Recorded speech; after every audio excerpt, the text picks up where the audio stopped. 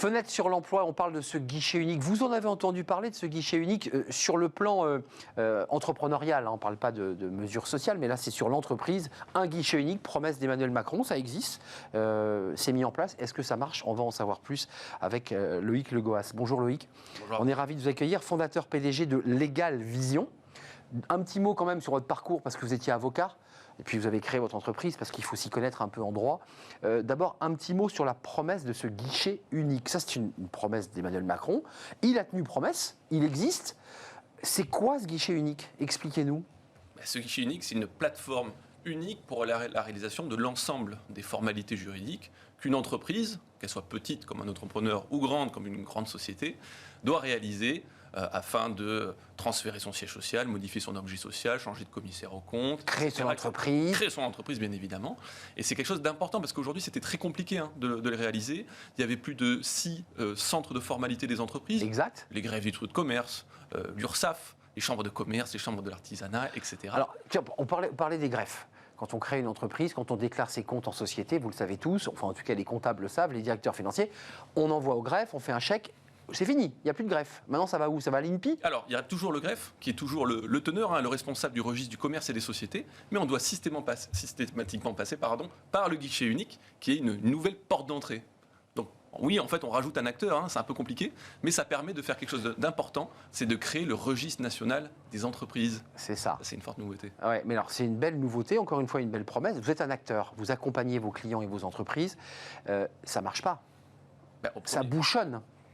On fait passer 6 autoroutes sur une seule, c'est compliqué. Il y a une conduite du changement qui n'a pas été réalisée de la meilleure des manières, mais comment en vouloir à l'INPI? Ils ont eu 18 mois pour réaliser une prouesse. Aujourd'hui, c'est compliqué, ça marche que pour les immatriculations de société.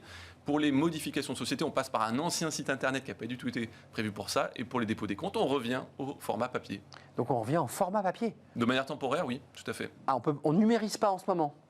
Qu'une toute petite partie. On imprime et on envoie? Exactement, ouais. Non, c'est retour aux années 80, ça. C'est retour aux années 80, mais bon, est-ce que c'est un mal nécessaire pendant un certain temps? Bon, on aurait pu faire mieux. Maintenant, c'est la situation, on va essayer de faire au mieux. Donc, excusez-moi, parce que c'est intéressant d'avoir un acteur qui, pour le coup, n'est pas dans l'expertise seulement, il est aussi dans l'action. Vous êtes Legal Vision, une entreprise. Ils s'arrachent les cheveux, les clients, là? Parce qu'ils vous demandent, ça va pas assez vite, je scie très vite. Avant, ça allait relativement vite. Là, c'est plus lent. Ouais, c'est plus long. Alors, nos collaborateurs s'arrachent les cheveux parce que nos clients ne sont pas contents, parce que leurs propres clients ne sont pas contents. Avant, ils pouvaient créer une société à Paris ou à Versailles en 24 heures. Aujourd'hui, ça prend un peu plus de temps. Voilà. Donc, il faut expliquer ça aux clients et c'est pas évident.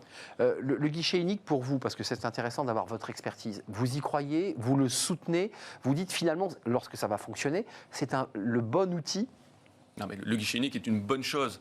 Il faut bien comprendre que pour un administré, il devait détecter quel guichet il fallait aller, il fallait remplir d'un très grand nombre de CERFA. Il y avait plus de 60 CERFA qui pouvaient exister. Je ne sais pas si vous vous souvenez de ce document rouge là qui faisait 6 pages, qui était insupportable à lire. Et bien aujourd'hui, ça va disparaître.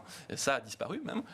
Donc c'est une facilité. Et puis on va créer ce grand registre national des entreprises qui met fin à de très nombreux registres qui existaient à droite à gauche pour avoir vraiment une belle vue juridique de ce qui se passe en France. Avant de nous quitter, concrètement, je vais où? Sur quel site? Parce qu'en général, c'est les experts comptables, les commissaires aux comptes ou les avocats qui gèrent ce genre de détails, j'allais dire.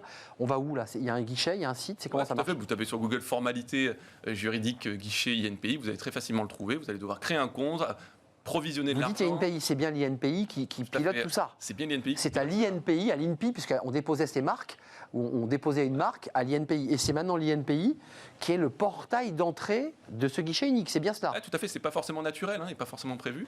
Mais c'est bien eux qui ont remporté ce marché et qui aujourd'hui doivent gérer cette situation. Et vous nous dites en creux que l'INPI, globalement, n'avait pas la taille nécessaire pour accueillir 6 autoroutes.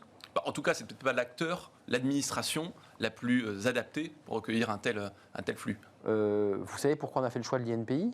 C'est un choix politique. Il y avait des choix du privé évidemment.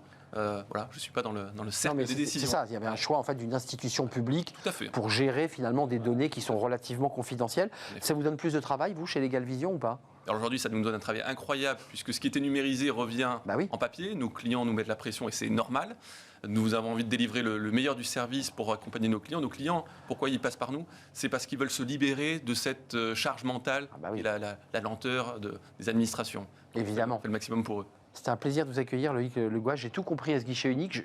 Ce que je comprends, c'est qu'il ne marche pas encore très bien, mais que peut-être bientôt, ça marchera mieux et vos clients auront le sourire, ou en tout cas, vous mettront une pression moins forte. Vous êtes à la tête et fondateur de Legal Vision et vous accompagnez vos clients justement sur cette offre de services de conseil pour les libérer de cette charge mentale. Ce sont vos mots. Merci de nous avoir rendu visite.